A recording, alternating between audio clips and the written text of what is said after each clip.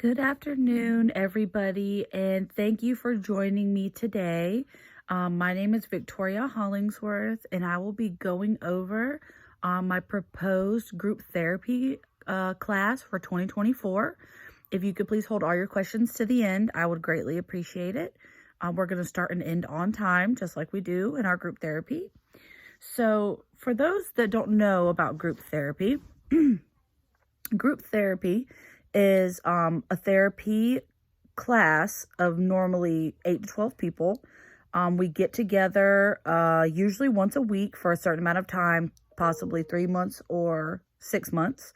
And we try to, as group facilitators, we try our best to help the people hurting from whatever their thing is. It could be substance abuse. It could be, an eating disorder group, any kind of group where we can get together to help someone.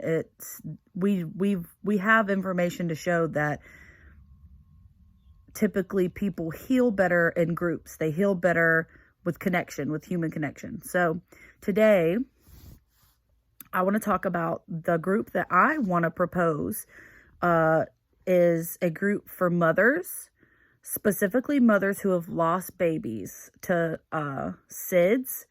If you don't know what SIDS is sudden infant death syndrome. This is a very sad condition where babies die sometimes unknowingly. Doctors aren't sure why. Sometimes it could be from a respiratory issue. It could possibly be from brain defects, low birth rate. It could be because a mother drank while she was pregnant, or it could just be that a baby was stopped breathing in their sleep. They're not sure why.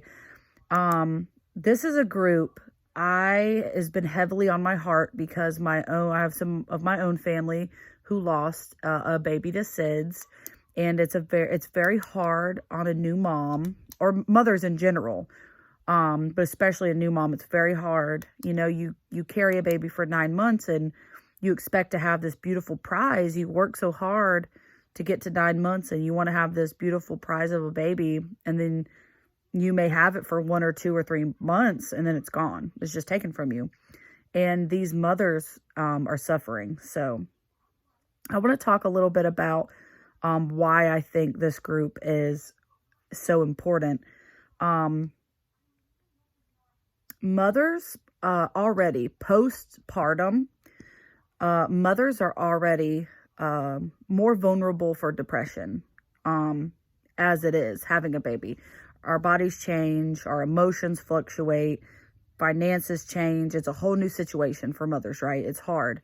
And fathers too, but mothers, because this is the group I'm doing. We find that after postpartum, if mothers become depressed, it's easy for them to consider suicide if they don't have the support they need. And this is why I think this group support is so important, specifically for mothers who have lost babies.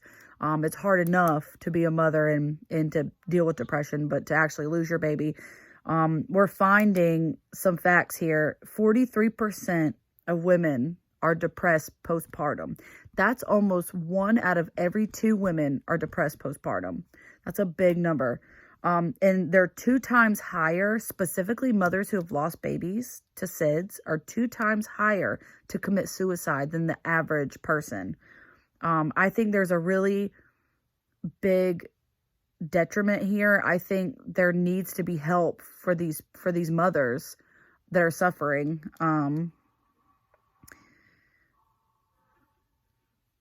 I don't know.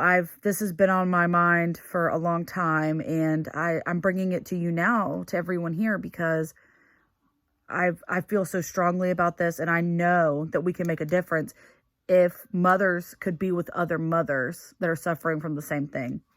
So I want to talk about some objectives of the group therapy that I see. I wanted to create a program that would have a minimum 6-month participation. So that would be it'd be a weekly attendance up to 6 months. It could possibly go to a year, but I want to start with 6 months. When we're talking about losing someone and grieving, the grieving process already is different for everyone. It can take years. Some people, it takes a very long time. Some people, it takes a shorter time. But I think a 6-month minimum, I'm going to start there. Creating a safe atmosphere for grieving mothers. I want to create an atmosphere where other grieving mothers can heal through that human connection. They're together. They feel supported. They feel understood. A lot of mothers will take blame, and I don't want that to happen. I want them to heal through each other's stories and through what they're going through. So I also want to talk about some other things that's going to be very important for the group leaders who are selected to run this group. If not myself, then whoever we select in the future. I want to talk about some of the practical considerations here. So some things that we have learned that are most effective in group therapy are learning to be okay with silence, being amongst others that can understand you in the silence is very powerful. Being by yourself is one thing that's not helpful, but being amongst a group that feel the same way you do, it's powerful. Always appreciating the effort of the client. If the client is able to get there, just get there, whether they participate or not. Just them arriving and sitting in that chair. We don't know what these mothers are going through. That is a big win for us. We want to appreciate that effort. Learning to bridge together and acknowledge the clients. So that means bridging is when we have two clients that possibly have similar backgrounds, or we feel a connection between them and we bring them together. So we're able as facilitators and co-leaders to bring these people together that we feel can learn from each other and help each other heal. So we may point out something that they do or say that's similar, and we bring them together. Acknowledging is very, very, very important in therapy. You acknowledge everything. You acknowledge the effort. You acknowledge what the client says. You acknowledge their grief. You acknowledge their shame. You acknowledge their hurt. And a lot of women, I'm sure, and mothers feel guilty, like it was their fault their baby died, but it's not. That's something that is out of their control. So acknowledging is very important in this group. That's a big one. And then I've said this already, but encouraging that human connection, encouraging these women to lean on each other. These are things that I want to take into consideration actually practicing in these groups. So that's important for me. Next to procedures, these are things that most groups should have anyway, therapy groups. But I think screening is very important. We know that all mothers that lose children are hurting, and it's hard, but we need to make sure that these women are ready for group therapy. It's not that they're not candidates. We just want to make sure that they are ready. It might be too much, too soon for some of these women. They might need individual therapy first. So screening, which is looking at the background, speaking to these women, seeing where they're at. This is very important. Another procedure, a pre-group meeting. This is meeting together with the whole group to go over, this individual, meeting with the individual before the group, to go over group agreements. And group agreements are basically like a set of standards that we hold the client to. So we don't like to say rules, so I'll say standards. So like that would be we start and end on time, we don't use our phones, we refrain from language, we refrain from name calling, things that can hurt the group rather than help the group. These are things that I want to put into place when I'm creating this group.